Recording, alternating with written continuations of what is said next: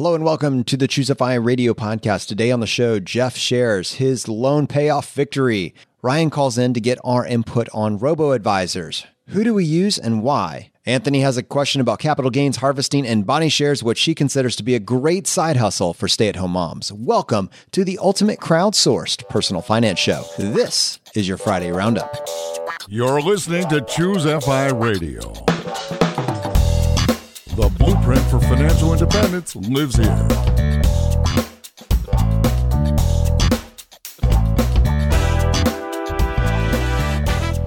If you're looking to unlock the secrets to financial independence and early retirement, you're in the right place. Stay tuned and join a community of like-minded people who are getting off the hamster wheel and taking control of their lives in the pursuit of financial independence. ChooseFI, your home for financial independence online.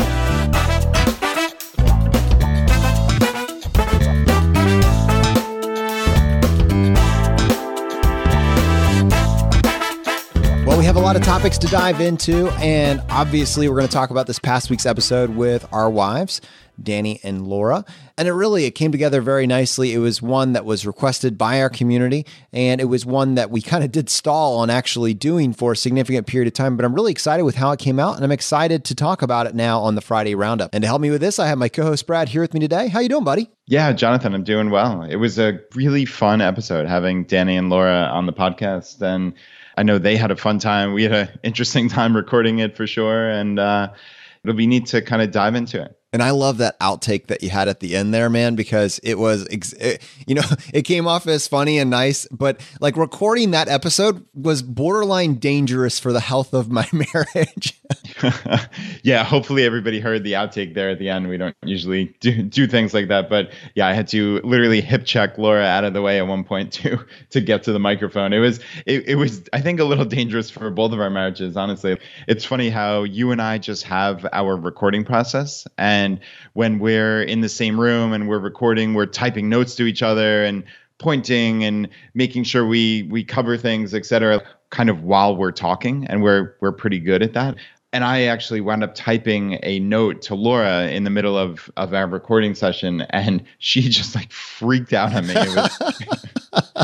It did not go over well. It was the same thing on my side. So I was communicating something to Danny. I don't even know exactly what it was, but yeah, definitely they were adapting to our process and not necessarily realizing that this is just what we do. This is a part of it. But there was a little bit, I'll be honest, I got a little bit of healthy respect for my wife when we finished, because she said, you make it look very easy and very natural when we listen to it. But it was hard for me to come into this and be able to do what you guys do. So, I think it's one of those things, what doesn't kill you makes you stronger type deals.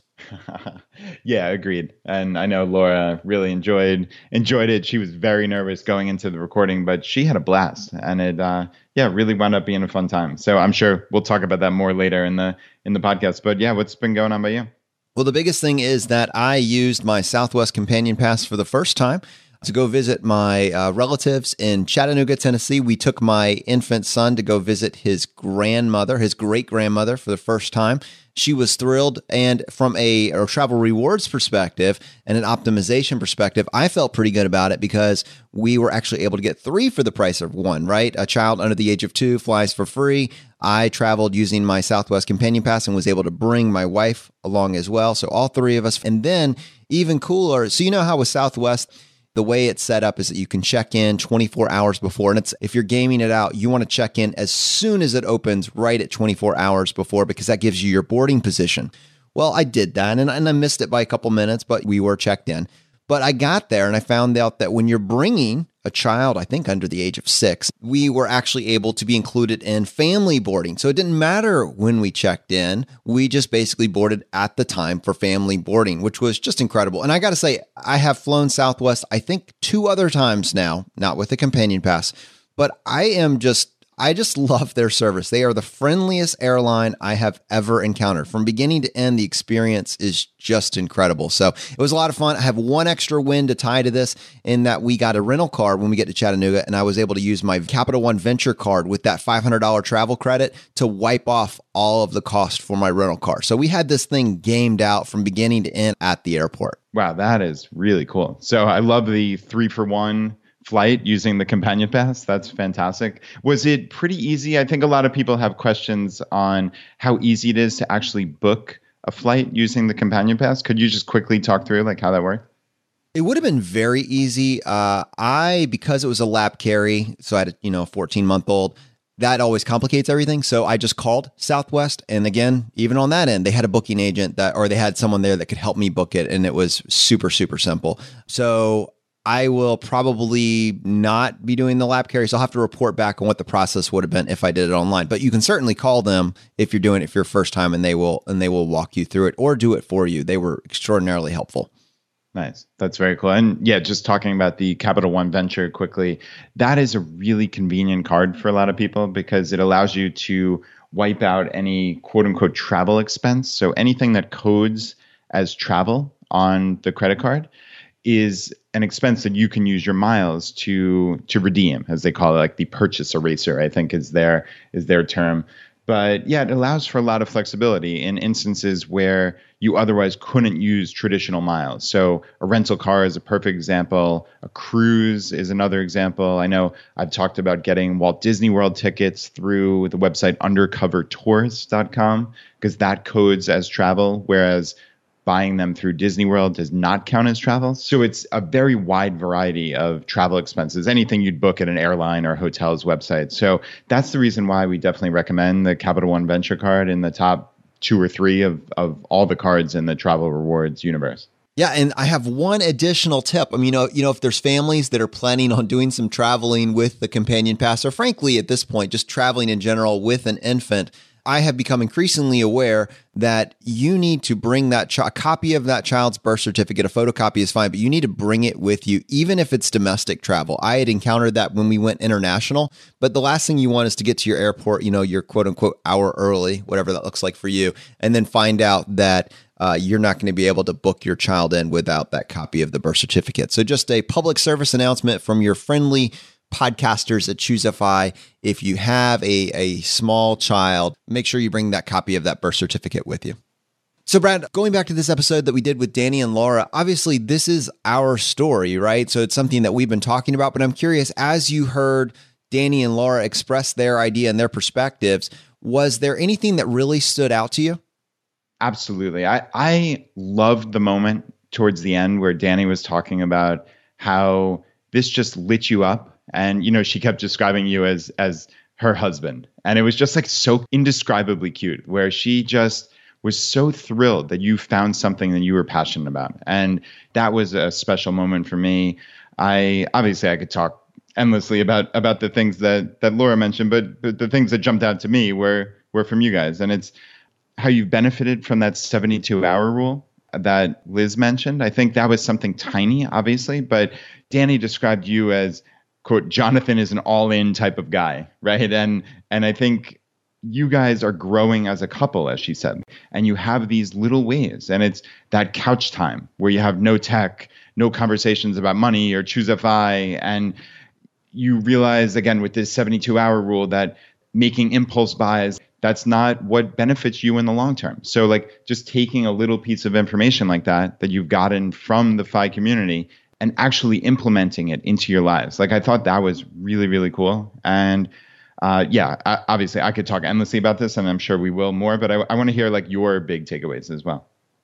It was so interesting to hear Danny basically say that she could tell that I was depressed when I went to work. It's true, but I didn't realize it was so visible. I didn't realize that in a very real way, going to my W-2 9-to-5 was killing me slowly. And I remember looking at some of my colleagues that were in their 60s and 70s, and were still doing this and thinking, how did you make it in this profession for 40 or 50 years? I mean, to some of them just kind of looked like shells of a person.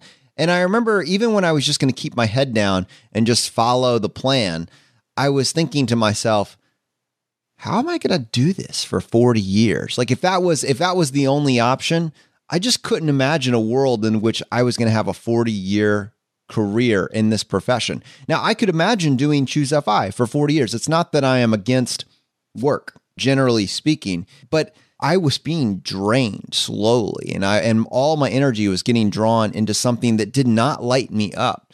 I was looking for an out. I really was. And so it's incredible that we were able to land on something that does absolutely feed into my, my passionate nature, something that I can get excited about, something that stimulates me. I love that, she saw that and appreciated that, and that it factored into her comfort level with me putting us into somewhat of a financially precarious situation. I mean, objectively, like I described my backup and what my plan would be. Like if ChooseFI didn't pan out, I had this financial runway. I could go back into the profession. But from her perspective, she got married to someone with 6 figures of student loan debt, like a madman. I've been paying it all off. And we've been basically getting rid of every little excess purchase that we can think of in order to achieve this goal as quickly as possible. And then we redirect that quickly to savings. And then right as we're starting to get to a place where we're going to be moving forward with our financial plan, everything changes. I say, I'm going to leave this stable, steady 6-figure income, and we're going to go pursue a passion project, which I hope can really become something.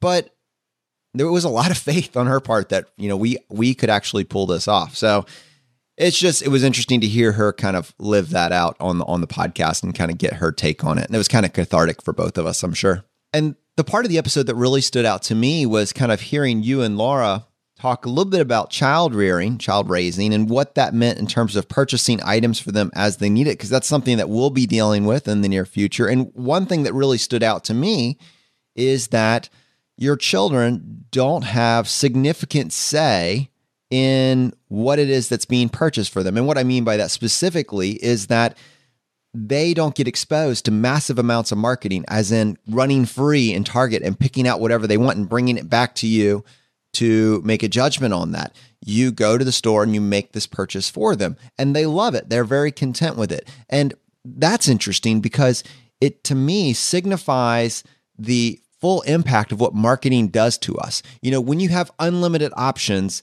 then everything has to be looked up for reviews. And then you want to get the best of the best of the best, or whatever is advertised the best or marketed to you the best over time. That becomes the obvious choice.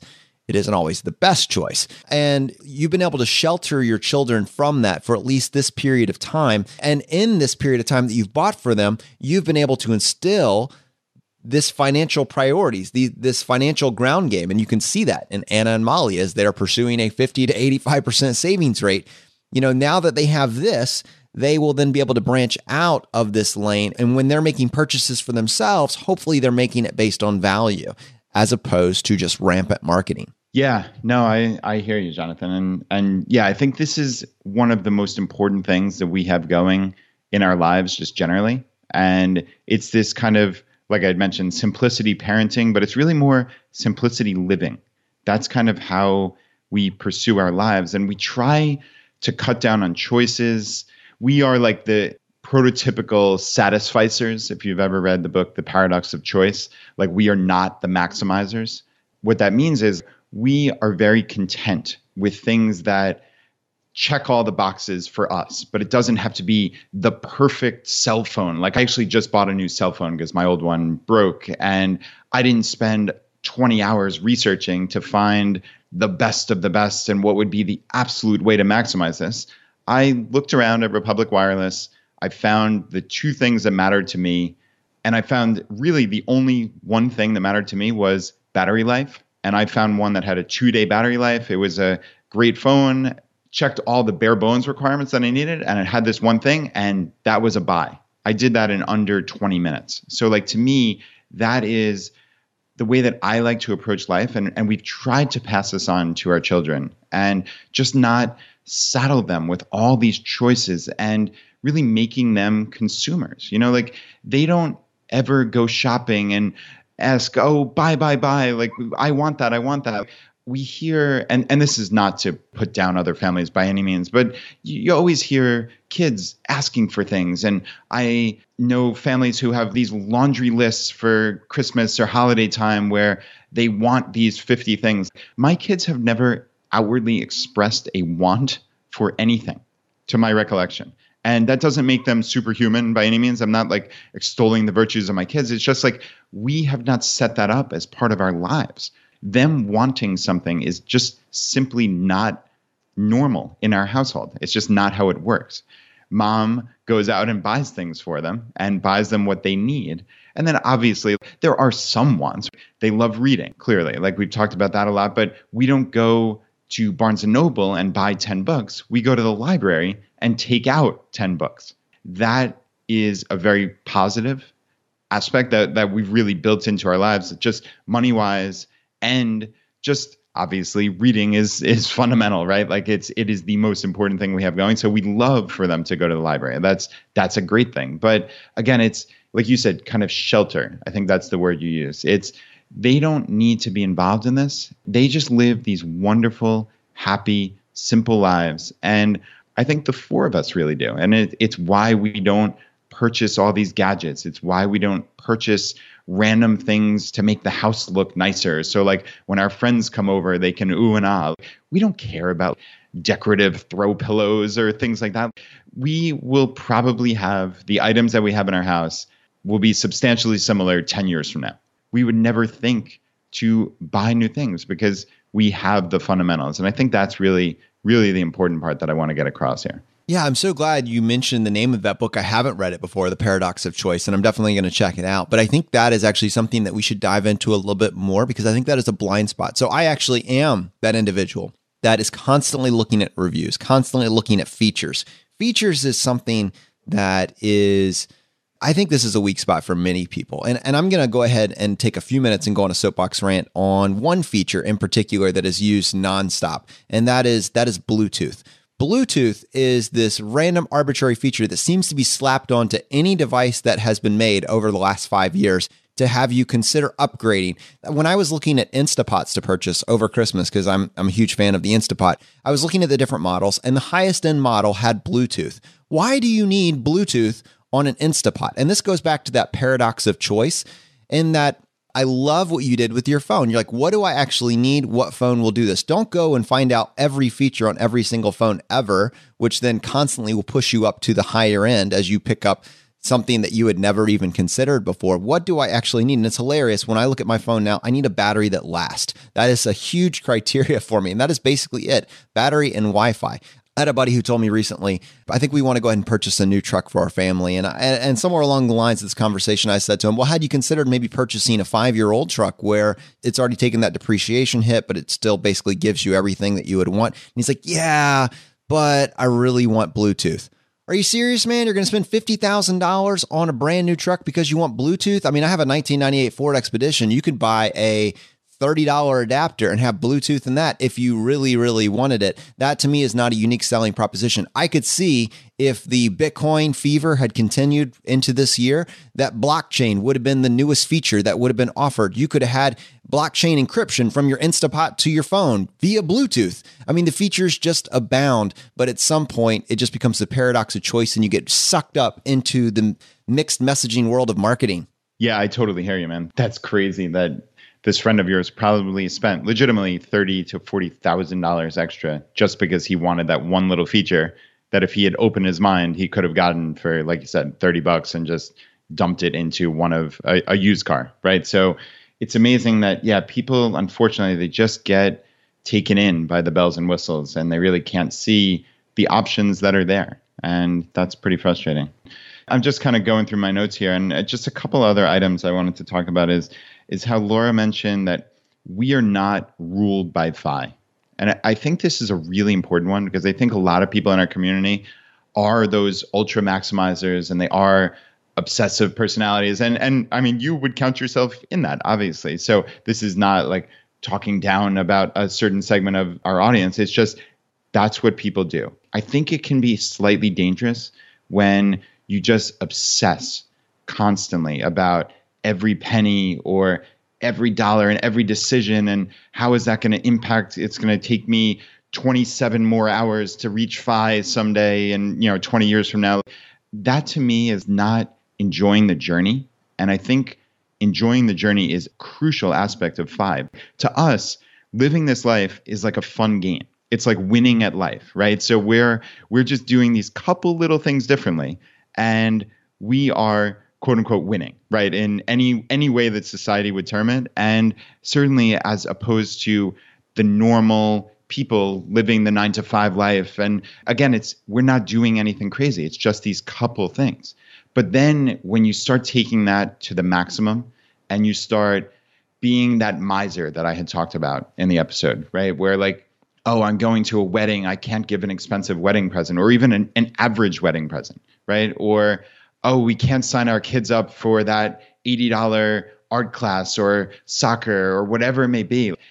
I don't know. To me, it's just, that's where you get into it just being an obsession. And I want to live this wonderful, happy, abundant life. And I think when you focus on every little thing, it can deviate from that and stray from that. And I just want everyone to be aware. At the end of the day, if you decide, hey, I want to maximize every penny, then wonderful. I'm so glad you're making that decision with your eyes wide open and with intentionality. That is what I constantly talk about here, right? Is as long as you're making the decision and you're really thinking it through, then you certainly are never going to get any pushback from me. Like, all I care about is that you make this decision with intentionality. So it is important for me to stress that I need you to think about it. And I think that's important. So Jonathan, I'd love to hear your thoughts. Well, I mean, as you kind of mentioned, when you talk about something, a personality being all consumed by something, that would be me, right? That's the description of me. And so there was a funny story that was included in there in that particular episode that kind of threw me under the bus with ways that I've gotten too intense. And I'm okay with that to a degree. I would say that if you want the pursuit of financial independence to be a blessing to yourself and to your family, it's important to remember the why behind what you're doing it. So if the why is I want to spend my time with people that I value and that I care about, but in reality, all your time is spent checking your future value calculations on Excel and, just staring at the numbers endlessly, or I don't know, getting caught up in whatever obsession you have, but you're basically ignoring those people in the context of, well, I want to pursue FI more aggressively. You may have missed the target. And that's kind of one of those things that I have to direct at myself. My wife mentioned that idea of couch time, not an original phrase to us, but it's something that we've co-opted. And it's this idea of, can we have some dedicated time where there's no technology? And I think that's a weak point for many of us, is that anytime we have downtime, we just kind of drift off into the next day, essentially. And the phone is perpetually in front of us, and we just don't want to think, because thinking is hard. Engaging with people in conversation is hard. You've had a long day. You've had a lot of stress. There's been all these other factors in your life. You don't want to continue the conversation. But what I find is that if I'm willing to give my wife even a little bit of myself in the context of what we just described, the support in my life is so much easier. I mean, everything else is better. My marriage is better. What I do with both my ChooseFI related time and my free time is better. It's when they feel like they are competing for your attention with your FI obsession that it can be a problem. And so, as with anything in life, balance is required. Yeah, I totally agree. And one other thing that stuck out to me that both Danny and Laura mentioned were ways that they save money. So like Danny loves these buy nothing groups. And I was just so impressed with the rationale behind it, and where she was saying like she wants to eventually be able to provide for others and help them benefit from all of the ways that you guys are blessed and fortunate. She also said kids remember experiences. And I thought that was a neat, really, really neat quote. So, just obviously randomly going down my list of notes here, but those are two important things that stuck out to me. And with Laura, I'm not sure we did the greatest job fully explaining like how good of a shopper she is and how she's able to save money by buying things on sale and buying things for future dates. I think the latter comment is the much more important part. Like plenty of people think they're saving money by buying on sale, right? And Jonathan, you and I know that's usually a sucker's bet. But Laura is really, really good at this. She understands that because we do have financial resources, we can buy for the future, right? So we're not constrained by cash flow, which I think is how so many Americans live their lives. If you see a great deal, you can't necessarily buy it because you don't have the cash to cover it that month. But obviously that is not something that's a concern for us. So she's able to look down the road. And I think she gave some random example of buy one, get one half off. And that seems like a fairly pedestrian thing. But what I've seen her do is at the end of seasons, she'll find pants for our kids that are like $2. So instead of being like 20, they're $2. And she'll buy a couple pairs of these things for each kid in different styles, et cetera. And that's for next year. She'll buy for the next size. And then they'll have a wardrobe ready for just dollars, right? It's amazing. And it's that long-term thinking. It's the FI story. It's think down the road, think smarter, and just look for ways that you can win at life. So I think that's important. Another she does with birthday presents. If she sees some crazy super special at Target or Walmart, wow, that's a game that we love that's normally $20 and it's on sale for $6. She'll buy a handful of them, just knowing that the kids invariably are going to get invited to birthdays. And this is a quote unquote $20 present, right? But if she got it for $6 and she could buy some fantastic game that provides fun family time and educational value to another family, that is a win-win-win all around. It's amazing. And she doesn't have to scramble when Molly gets invited to a birthday party for 2 weeks in advance and then she has to go out and buy a present, right? Like that would be the normal life is she has to take 45 minutes out of her life to go to the store and buy something, or even just go to Amazon and search through. Well, no, she has these presents in the house. So it's saving that time. And I think that's an important thing. And we talked about that at the end is your time has significant value. A lot of us in our pursuit of maximizing FI are just looking at the nuts and bolts of, will this save me money? Just yes or no, binary 0 or 1, as opposed to looking at, well, is there some time component here? And what is my time worth? I hear people all the time, oh, I'm going to go try to save money on gas at this station that's a couple miles down the road and it's 5 cents a gallon. It's like for 45-cent savings, I'm not driving 15 minutes down the road. There's a 0% chance I would ever do that. That's insane in my opinion, because my time is certainly worth more than $2 an hour, right? So it's just these little things like you need to consider that your time has value. And Brad, I'm increasingly obsessed with this, and it's because I have the bandwidth now to focus on different skill sets that I want to grow and develop. And I've also reclaimed a fairly significant amount of time.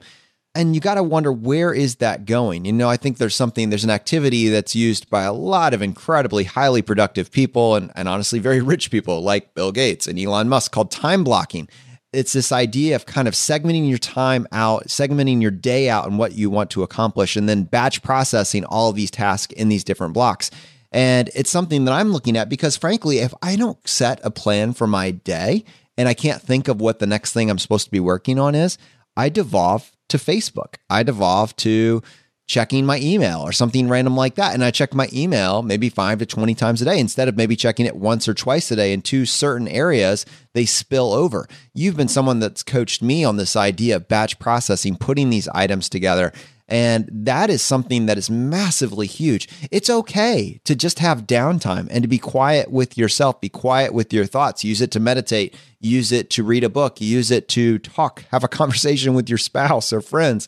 That's fine. But I think what many of us do is we actually are able to be more efficient in one aspect of our life, reclaim a fairly significant amount of time.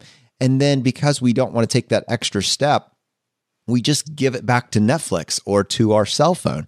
That's a problem. That is a problem. That's not going to move you forward. You're not going to look back and say, this was a good choice. I'm so glad I spent 10 hours staring at my phone today. Wow, how productive. That will never happen. But if even for a short term, you can challenge and push yourself to allocate that new free time into your fitness, your health, your relationships, or maybe your talent stack, building or developing a skill, and you aggregate a few of these wins on top of each other, it propels you forward. We never want to be the group of people that's reclaimed all of our free time and then has put all of it back into catching up on Netflix or our cell phone. I mean, you just will not be happy with that.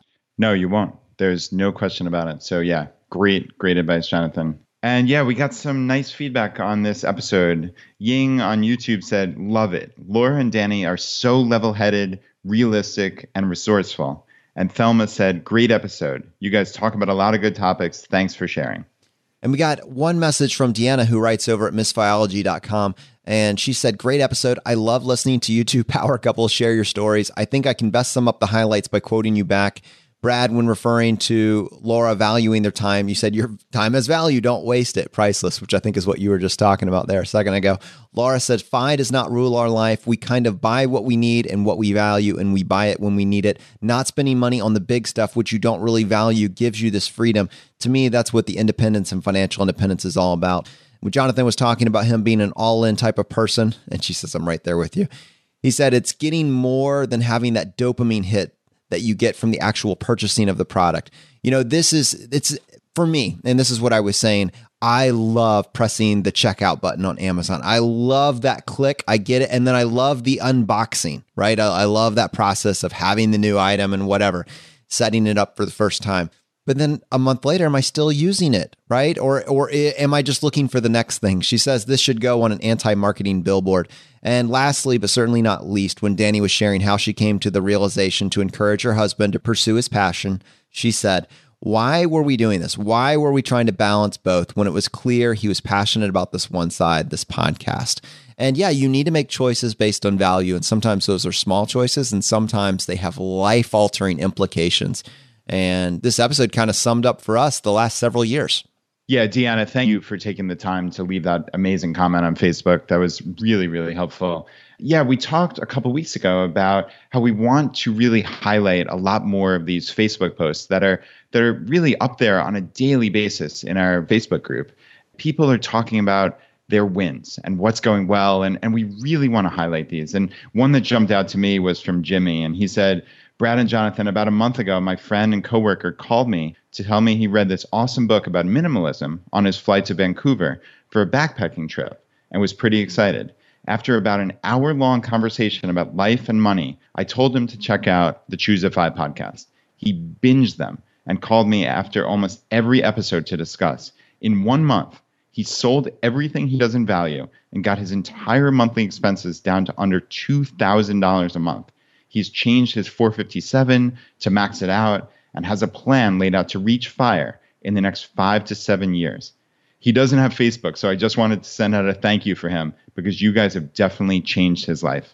And wow, Jimmy, that is amazing. And a huge congrats to your friend. Hopefully he's listening to this, and that's remarkable. I mean, to have not known anything about this. He just happened to be reading a book about minimalism, then had a conversation with his buddy Jimmy, and now he has a plan to reach FI in the next 5 to 7 years. I mean, that is taking action truly. So a huge congratulations to your friend, and a big thank you to you for just talking about this message and living this life. So yeah, it's fantastic. And Brad, it blows my mind how many people can turn this thing around on a dime. How many people think they have to work that 40-year career in a job they barely tolerate? And I say this recognizing that not everybody feels that way. Many people love their jobs. And I'm one of those people now, but I'm also envious for the longest part of my life of people that just literally tap dance their way to work every single morning. If you're in that role, I realize that this concept may not resonate as much with you, but you have it made, and you're very, very fortunate. How many of us feel trapped for this 40-year cycle and we can't visualize another way? And then the concept of FI is presented to you and you're on a 5-year path to financial independence almost overnight by focusing on value and intentional living. And to me, what I've always appreciated about both the pillars of FI and frankly, what comes down to the mindset of FI is that it's always solved the problem. There is a strategy for every single person and every single situation. And while in this particular moment, I may not be able to give you that exact answer that you need without knowing all of your background and what your skill sets are and everything else, there are other people that have preceded you, that have gone down this path, made this slightly different choice, and succeeded with obstacles that are harder than the ones that you are currently facing. That should be very encouraging, especially when you realize that when you're crowdsourcing information, they're not hoarding this information to themselves, but they're willing to give it back and help someone else that's following in their footsteps. That's incredible. So if we're talking about an individual that is an entrepreneur but just can't figure out the tax strategies for an entrepreneur, there is a strategy in place for this. If this is a situation where you're just not making enough money, There are plenty of other people that have not made enough money and now are making plenty of money. And there are strategies in place for that. Sometimes this is a frugality problem where, frankly, you are just spending twice as much as you're earning, and you're doing it without looking at the realities in which you find yourself. And if you just dial it in, you can get yourself back onto a strong financial footing. When you look at your life as it is now, the place you find yourself is not where you're always going to be. This is a snapshot in time. What can you do to position yourself for a better future? And what are your options? I think that's a very encouraging message. And there's just so many other places to go with this. But the idea is to collect as much information as possible and then implement it into a game plan to gamify this life out and make it fun. So you're actually excited about what's the next piece of this puzzle that I can put in, and constantly reclaiming that bandwidth and putting it to a brighter future. And talking about brighter future, Jeff left this post in the Facebook group. He says, late 2016, I sold my car, and then my wife and I started on the journey to FI. But before we could really get going, we needed to get rid of our student loans. Well, 19 months in and $105,000 later, I am happy to say that they are gone. Student loans paid off.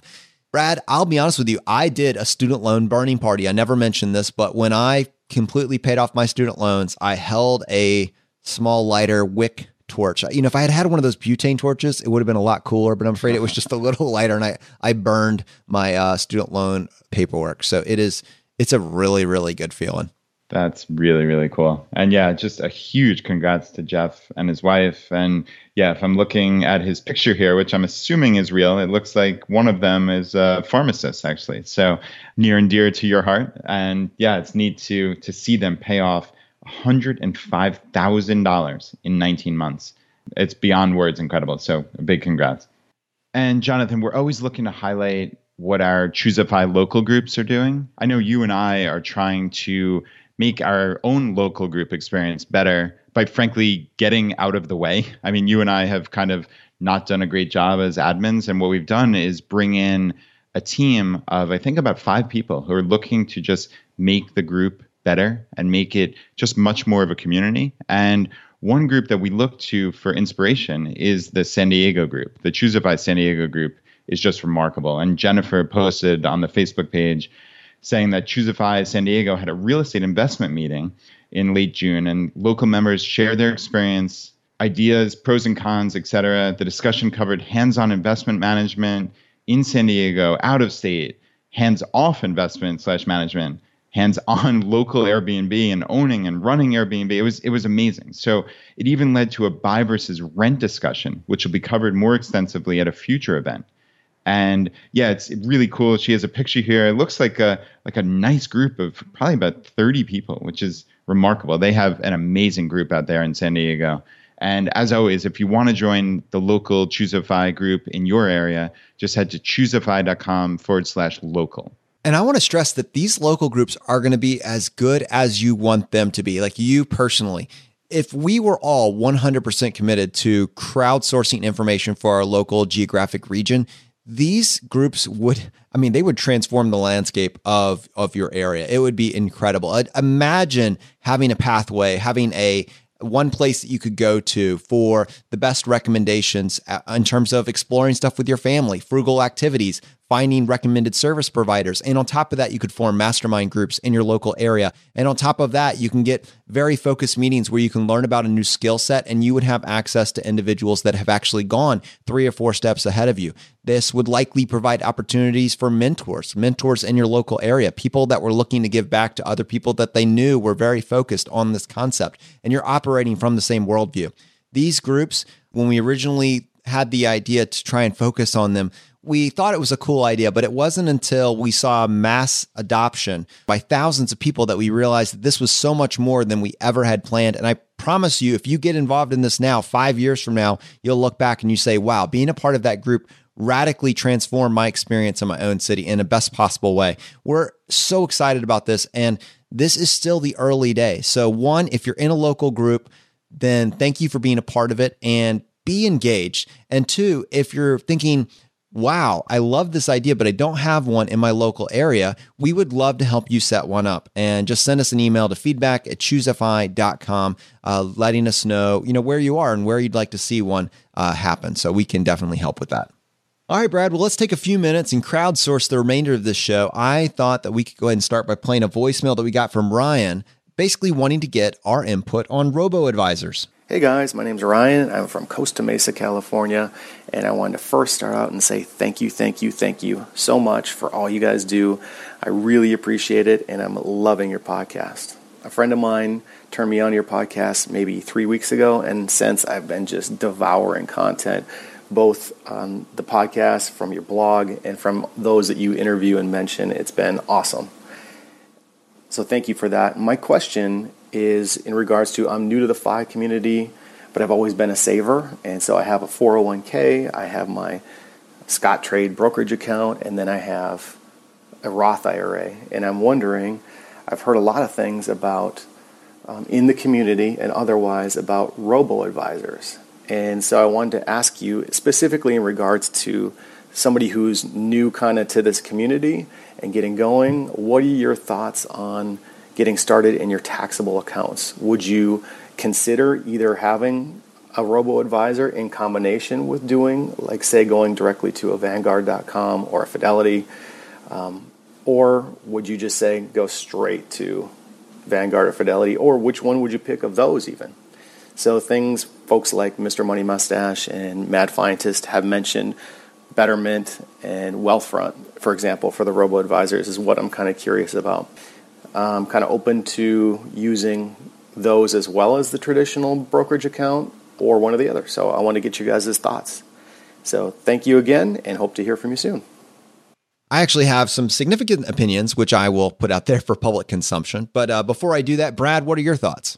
Yeah, it's a really good question by Ryan. And first, I wanted to welcome Ryan to the FI community, and thanks for listening and leaving the voicemail. It's a great question. So I think what we've hit on here is that fees matter, and we try to avoid advisory and mutual fund fees as much as we possibly can.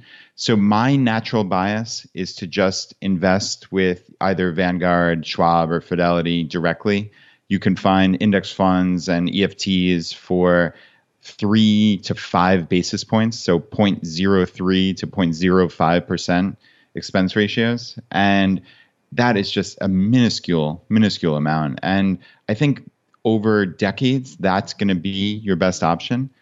But that said, if there's something that you're uncertain about, if there are people that you want to talk to, if you want to get advice, like there are definitely ways to do it. I think there are fee-only financial planners, and that's an option. I know we had Chris Hutchins from Grove on here. I think they charge well under $1,000. I don't know precisely what the amount is at publication of this, but that might be an option if you just need to talk to somebody. I'm not sure why you would pay an advisor unless you had a need. So whether it's a robo-advisor or a traditional advisor, if you want a plan, well, maybe pay for the plan in and of itself, right? So to me, there's value there. That said, there are some benefits, certainly, of these robo-advisors. And you hear they do things in an automated fashion that your brain probably would not be able to do, right? Or would not be able to do without a significant amount of work. So capital loss harvesting is one of those things that I've heard is a benefit of Betterment in particular. And you could do it yourself, certainly, but that service does it automatically. So maybe if you judge that that's worth paying I'm not sure what the exact fee is, 20 or 30 basis points probably, then maybe it might be worth it. I know Vanguard actually has a low-cost advisory service that they charge 0.3% for. I don't know much about it, frankly, but I think it's their response to these robo-advisors. So that might be something worth looking into. I think, though, I would take a step back and say, what is the fundamental idea behind why I'm going for an advisor, whether it be a live person or a robo-advisor? And if you judge that it makes sense to pay that fee, then go for it. That makes sense. But don't just do it because you read an article or it seems to be beneficial or whatever it may be. Like, you can obviously educate yourself, and we believe that low-cost index funds just in general are going to be the best bet over decades. So to me, again, my bias is towards that. And, I would say the one thing that Brad didn't mention is this idea of resistance. I truly believe that investing can and should be simple. And I think that the complexity is added for reasons that aren't always in the investor's best interest. And so while I think that you absolutely can and should do this to yourself, the reason that Betterment and Wealthfront have kind of done really well is that they offer an incredibly intuitive interface. They're just fun and clean and easy to use. They have a very similar interface to maybe what you would see if you were looking at like a Mint or a Personal Capital. No one looks at the Vanguard interface and says, man, this just makes me feel warm and fuzzy. It just, it's just like with all of these kind of corporate type entities, it feels a little bit clunky. I will say that there's one that's popped up on my radar over the last year called M1, also a robo-advisor, but it gives you a lot of the benefits that you hear about with like a Wealthfront or a Betterment. And it has a wonderful interface that's very, very simple to use, but they don't charge any commissions, which is just really, really incredible. And we had a review that we did on this. I'm planning on talking about it more in another episode, but I'm really excited about it. And so I think with a lot of my taxable investments, I'm actually looking at this platform. One of the reasons that it's so exciting to me is that they allow you to do fractional shares of ETFs. And so you basically decide how much you want. Now, in my case, it's pretty simple because I'm basically all in on total stock market index. But for the individual that maybe has a slightly more complex portfolio, you can develop what they call a pie. So I want 20% of this, 17% of that, whatever. You could divide this pie any way you want. And then you just say how much you want to invest, and it will purchase those ETFs for you in those fractional amounts, which is just absolutely incredible. It reduces that resistance down to a minimum. And we are going to have additional content on this as well. But I just think that one of the major benefits of these robo-advisors, strip that name away, but this next generation of investing is that they just make things look easy and fun to use. And that resistance is a big deal. If you lose the decade of your 20s because it was too much work to set up an account, and then when you got in there, you couldn't figure out how to make a buy order, you couldn't figure out how to link it to different accounts, and you lose that decade, which I know that sounds crazy, but I promise you there are many, many tens of thousands of people that got started but walked away because it was too complicated. Then it is a difference of hundreds of thousands, if not millions of dollars at the end of your investing lifetime. And I know we mentioned a bunch of different platforms. We'll put a link to all of those different platforms in the show notes for today's episode if you're interested in getting more information on any one of those.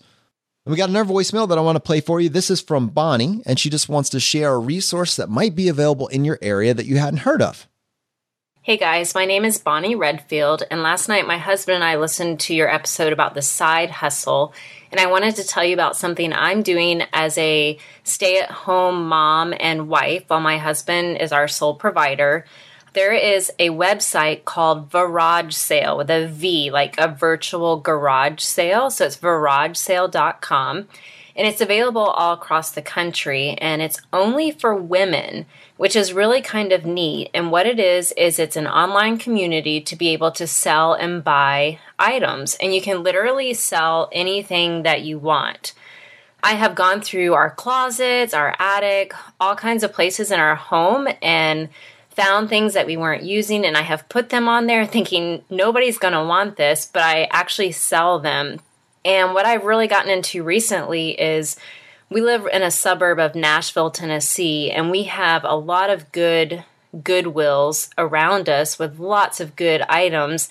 And being a stay-at-home mom, I'm able to go to those Goodwills several times a week, and I look for things that I know are either high-end clothing items that I can, clean up or wash or whatever, iron them, make them look nice, put them on garage sale, and get a lot of money off of that sale.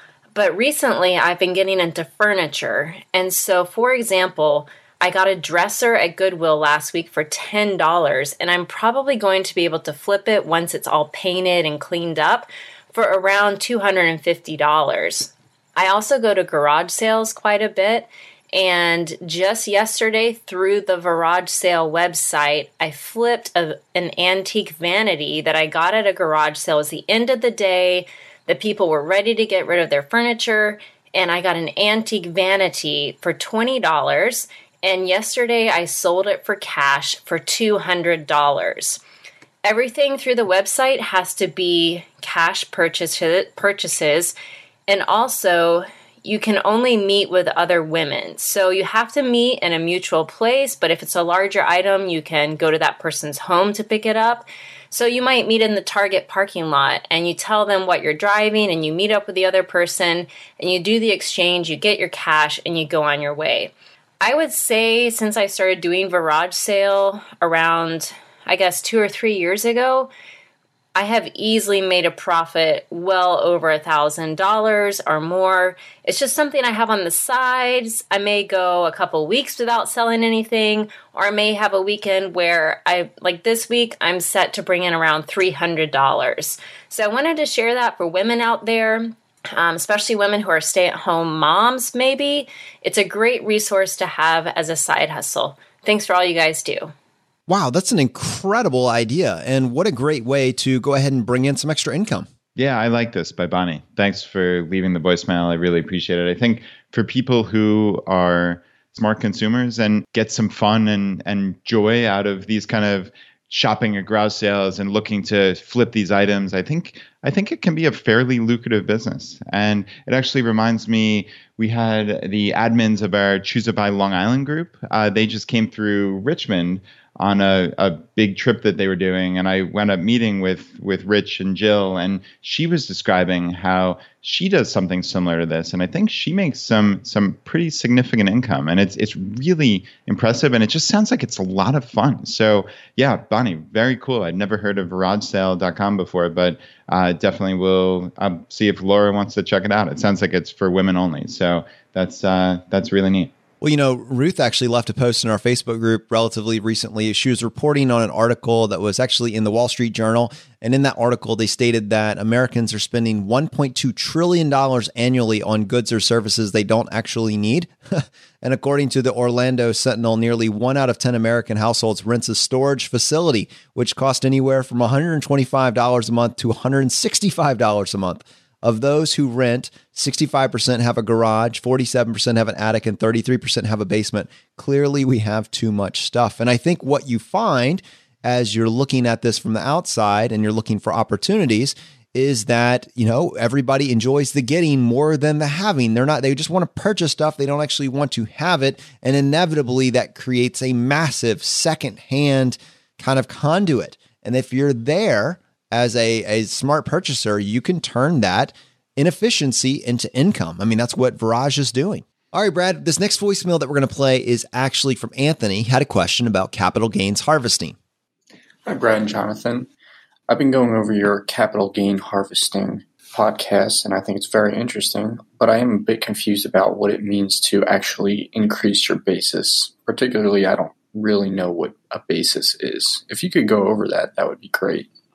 All right, Anthony, this is a very good question. And yeah, we never want to bog people down with jargon at all. So thanks for asking for the clarification, certainly. So in the simplest terms, basis is just the original purchase price.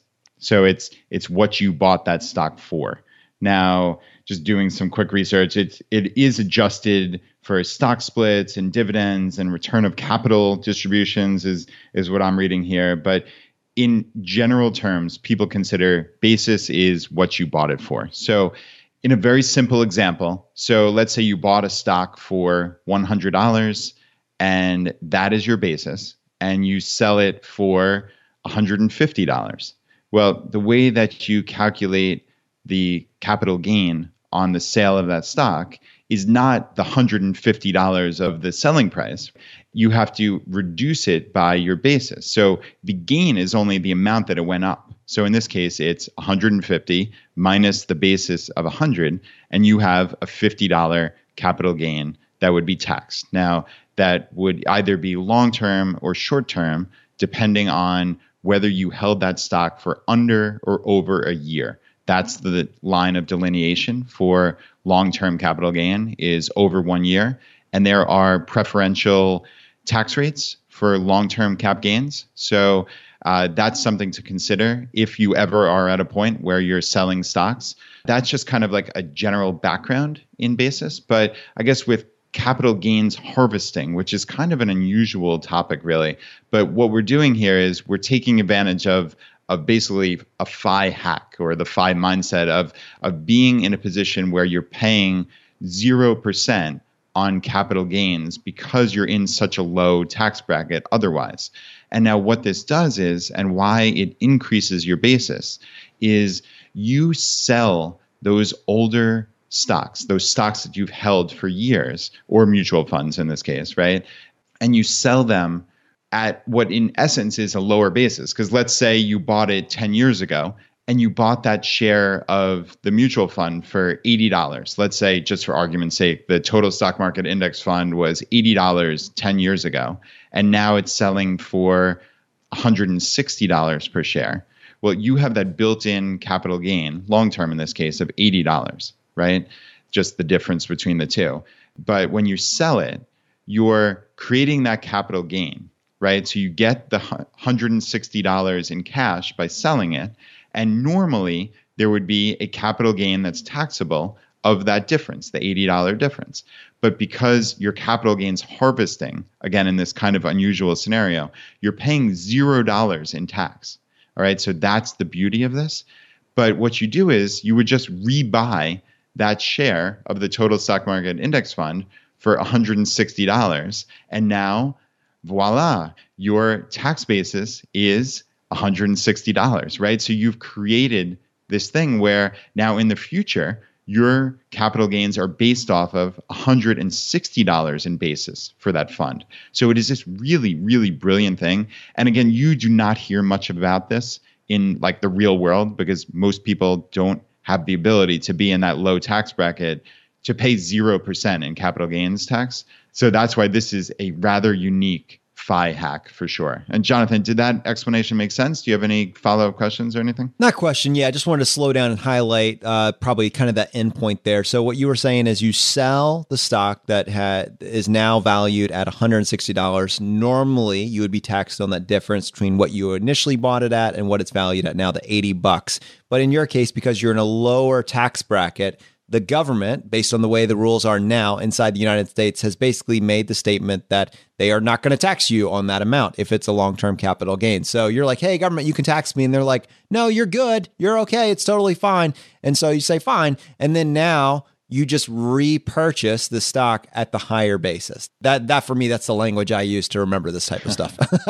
Yeah, I like it. This is why they don't invite me to accountant conferences or financial planning conferences.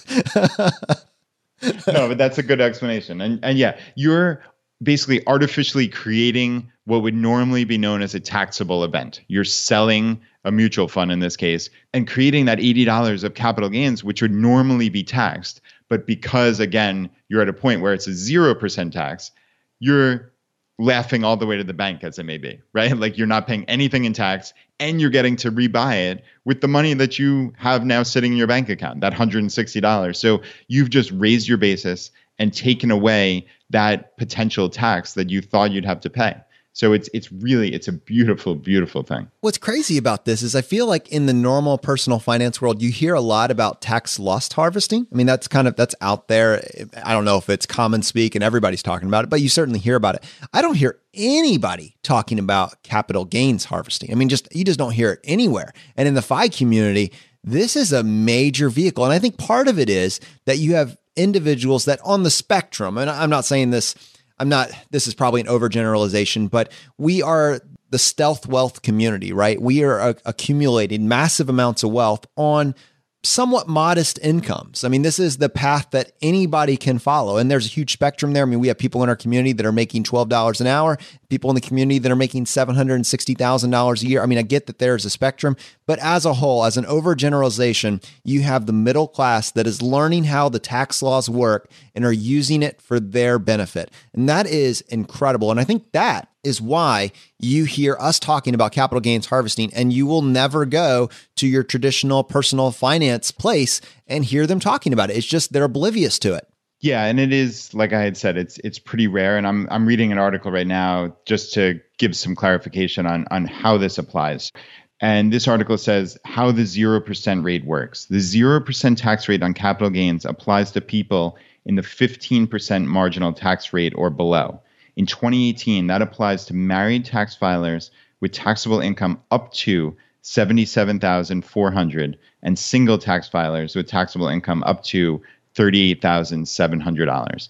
So if you're below that, you have this space for this 0% capital gains tax. And that's the real trick here. So yeah, people just don't talk about this. I don't know why, Jonathan. I mean, maybe they're catering to audiences that have taxable incomes over that amount. I genuinely don't know. But what we want to do is we want to arm our audience and our community with this information. And I think this is really useful. So when you said bandwidth there, or when you said space there, so you gave the two limits for the married filing jointly. But what that would practically mean is if you had a single individual, a person filing single tax form, then if they make less than $38,700, so maybe they make $25,000, they have about a $13,000 space that they can harvest capital gains if they're able to, increase their taxable accounts to the point where that's a viable option. And then for the married filing jointly, and their limit, did you say it was $77,000? Yep, $77,400. So if between the two, they are making, $50,000 to $60,000, somewhere in that range. They now have almost a $17,000 window that they can use to harvest capital gains if they were to have enough, again, in their taxable investment accounts that could justify that. So it's just an additional lever that you have available. And, as you get farther down this path and your investments are snowballing, right? They're compounding over time. This becomes more and more of a viable option. And to our audience that's listening to this, we actually did a case study talking about capital gains harvesting. It was episode 18 was where we introduced it. And then episode 18R, the Friday roundup that week, we just went all in on doing a case study. And the only thing I will say on that is it was based on 2017 tax numbers, and the numbers have changed a little bit with obviously this major tax overhaul that we had inside the United States. So you do have to take that into account, but the principles are all laid out there. And I think that would be a valuable use of your time just to look at it. To our audience, I hope you got value from kind of a review on that topic and that you're thinking about it. You have all of these levers available to you. What are you going to pull? All right, now, unfortunately, that is going to bring this episode to a close. Now, as you know, we like to finish every episode by doing a drawing for a copy of a book that we have found useful. And there's 3 books that we offer. It's J.L. Collins' book, The Simple Path to Wealth, Dominic Cortuccio's book, Design Your Future, and Vincent Puglisi's book, Freelance to Freedom. If you want to enter the drawing, all you have to do, just go to ChooseFI.com/iTunes, follow the instructions there and leave us a short written review, and then send us an email to feedback@ChooseFI.com, letting us know that you left a review and what screen name you left it under. And we will give away 1 book for every 5 written reviews that we get, and we announce the winner on the Friday roundup. And Brad, how many winners do we have today? All right, Jonathan, we have 1 winner today, and the winner is Mabel. And Mabel says, FI for all. Admittedly, this is a long overdue review. I've been following ChooseFI since near its inception, and they continue to amaze me with the content they put out and the even more amazing community they have helped build through their Facebook groups. Whenever I meet others who are interested in the idea of FI, ChooseFI is the #1 site podcast resource I refer them to amongst others. Their earlier episodes are more of a how to achieve FI, but as the episodes continue, they start branching out and they interview others who have achieved financial independence through different means. I really appreciate how non-dogmatic they are about the approach or even the definition of FI. They want all voices and opinions available for their audience so we can decide for ourselves what is the best path for us. It's like a gigantic space for crowdsourcing, and I love that. I look forward to Mondays when new content is put out, but I'm actually more eager for Fridays when they do their roundups, which are essentially a review of the previous Monday episode, plus call-ins and other random FI-related stuff. It kind of feels like you have a friend to engage with and rehash over a good podcast you just heard. Of course, this is somewhat imaginary, but like I previously mentioned, there is a real community of people you can join who likes talking openly about money, investment strategies, life hacks, life optimization, and they are wicked smart, generous, and wanting to help others. Please check out this podcast now. Wow, Brad, that was an amazing review. Mabel, thank you so much. Yeah, that might be one of the best reviews of all time. So yeah, Mabel, thank you very much for the review. And to everyone out there who've left the reviews, we really appreciate it. We read every single one of them. And a huge heartfelt thank you from Jonathan and I. If you got value from today's episode, if you've been getting value from the episodes up to this point, just take 1 second and press the subscribe button on the platform you're listening to this on. It just lets the providers know you're getting value from the show and you want to be here when we produce additional content. All right, my friends, the fire is spreading. We'll see you next time as we continue to go down the road less traveled. You've been listening to ChooseFI Radio Podcast, where we help middle-class America build wealth, one life hack at a time.